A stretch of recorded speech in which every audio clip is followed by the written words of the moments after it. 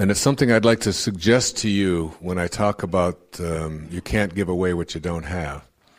That whatever it is that you are giving away in the way of being offended or being an appreciator, and by the way, appreciation versus depreciation is the highest form of energy that you can have to your thoughts.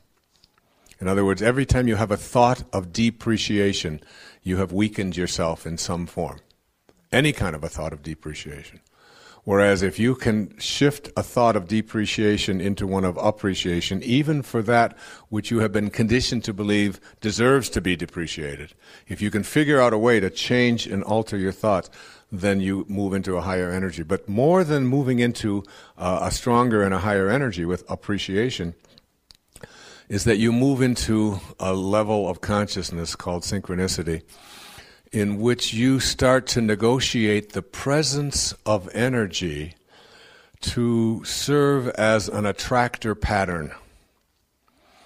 And that what I'm speaking about, solid energy as the lowest form of energy, and spiritual energy as the highest and the fastest form of energy, and that spiritual energy, the energy of love, the energy of cheerfulness, the energy of kindness, the energy of peace, when this energy is brought to the presence of the energy in which you have problems, lower energy, that these problems dissolve, they can't survive any more than darkness can survive in the face of light, then there is some kind of a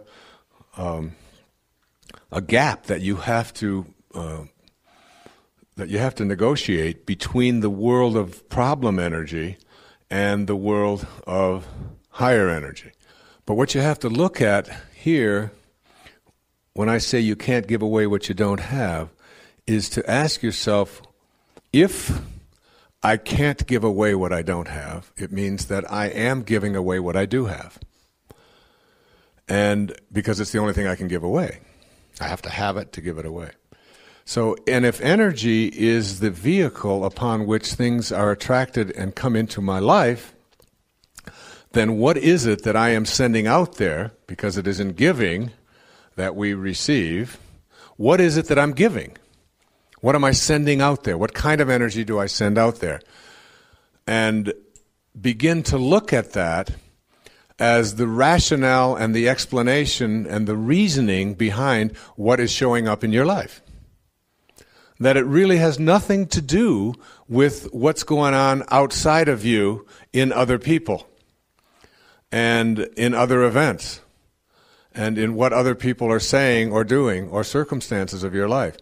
As much as we like to use that as an explanation and a rationale for it, that in fact, if you can change around your thinking to ask yourself, why do I keep attracting what it is that I'm attracting into my life, and what can I do to attract something different into my life?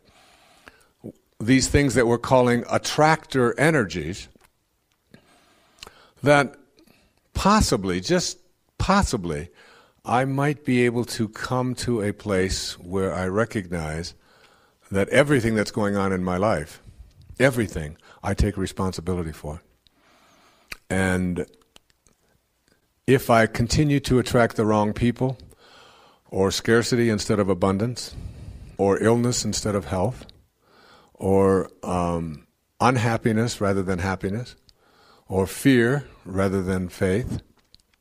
And again, I always go back to that very famous prayer of St. Francis, where there is doubt, let me bring faith. Where there is despair, hope. Where there is darkness, light. Where there is sadness, joy. Where there is hatred, love. And if I can find a way to rid myself of those, just the thoughts, that I might possibly open myself up to a new idea, a mind that is open to everything, is one in which I say that I have been responsible for attracting all of these things into my life, and now I'm going to work at it for a given period of time of attracting something different into my life. I'm going to go with new attractor patterns of energy. I'm just going to go with it. and see if I can make that shift begin to take place.